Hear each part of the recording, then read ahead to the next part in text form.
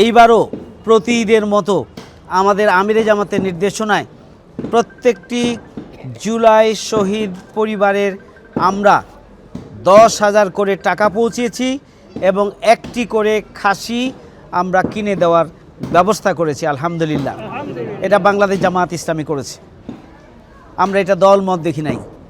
আমরা দেশের জন্য যারা জীবন দিয়েছেন তাদেরকে দল দিয়ে বিভাজন করতে আমরা চাই না। যাদের কারণে নতুন বাংলাদেশ, তাদেরকে বাংলাদেশের সম্পদ, এদেশের 18 কোটি মানুষের সম্পদ হিসাবে আমরা উপস্থাপন করতে চাই, তাদেরকে সেভাবেই সম্মানিত করতে চাই এবং তাদের পাশে আমরা দল মত নির্বিশেষে সবাই মিলে সেভাবেই তাদের পাশে দাঁড়াতে চাই।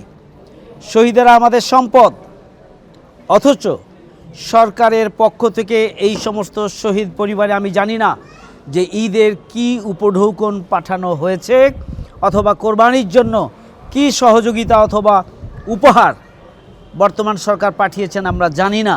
আমরা ঈদের দিনে সরকারের সমালোচনায় যেতে চাই না, তবে সরকারের প্রথম এবং প্রধান অগ্রাধিকার পাওয়া দরকার ছিল শহীদ পরিবার, আহত এবং যারা ক্ষতিগ্রস্ত জুলাই যোদ্ধা, তারা অগ্রাধিকার পাওয়ার দরকার ছিল, কিন্তু সেটা ব্যত্যয় ঘটেছে বলে মনে হয়।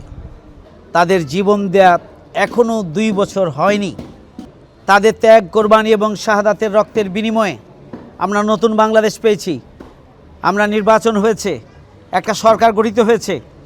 এই সরকারের কাছে আমরা আজকে দাবি জানাতে চাই শহীদ পরিবারের মর্যাদা সংরক্ষণ, তাদের পরিবার পরিচালনা এবং তাদের জীবনমান উন্নয়নের জন্য মাসিক নিয়মিত মানসম্মত ভাতা দেওয়ার ব্যবস্থা করতে হবে। 5 লক্ষ টাকা সরকারের পক্ষ থেকে তুলে দেওয়া হয়েছে, কিন্তু এটি যথেষ্ট নয়।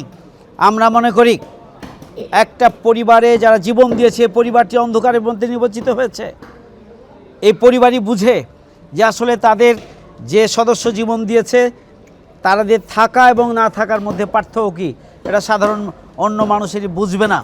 আমি মনে করি বর্তমান সরকারের এটি উপলব্ধি করা দরকার এবং শহীদ পরিবারকে প্রতিষ্ঠার জন্য তাদেরকে এককালীন বড় অঙ্কের আর্থিক সহযোগিতা সহ দৈনন্দিন তাদের জীবনমান পরিচালনার জন্য নিয়মিত আর্থিক সহযোগিতাকে আরও সমৃদ্ধ করার জন্য আমি সরকারের কাছে দাবি জানাচ্ছি।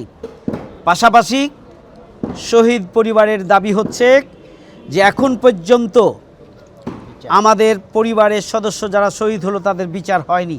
এটি খুবই দুঃখজনক, বিচার হয়নি। এমনকি তাদের বক্তব্য হচ্ছে অন্তর্বর্তীকালীন সময়ে বিচারের যে তোড়জোড় ছিল, বর্তমান সরকার ক্ষমতায় আসার পরে মাত্র 3 মাস হলেও এই বিচার নিয়ে তাদের যে তোড়জোড় এবং তাদের এটা নিয়ে যে কার্যকর পদক্ষেপ গ্রহণ করা বা তৎপরতা দরকার ছিল, সেই তৎপরতা তারা রাখতে পারেনি। এটি হচ্ছে শহীদ পরিবারের মন্তব্য। আমি মনে করি শহীদ পরিবারের অবজারভেশন এবং মন্তব্যের যথার্থতা আছে। বিচারকে অগ্রাধিকার দিয়ে সরকারকে পদক্ষেপ গ্রহণ করতে হবে। দ্রুততম সময়ের মধ্যে জুলাই যোদ্ধাদেরকে যারা আহত করেছেন, যারা শহীদ করেছেন, খুন করেছেন, এই সমস্ত খুনিদেরকে অতি অবিলম্বে বিচারের আওতায় নিয়ে আসার জন্য পদক্ষেপ গ্রহণ করতে হবে।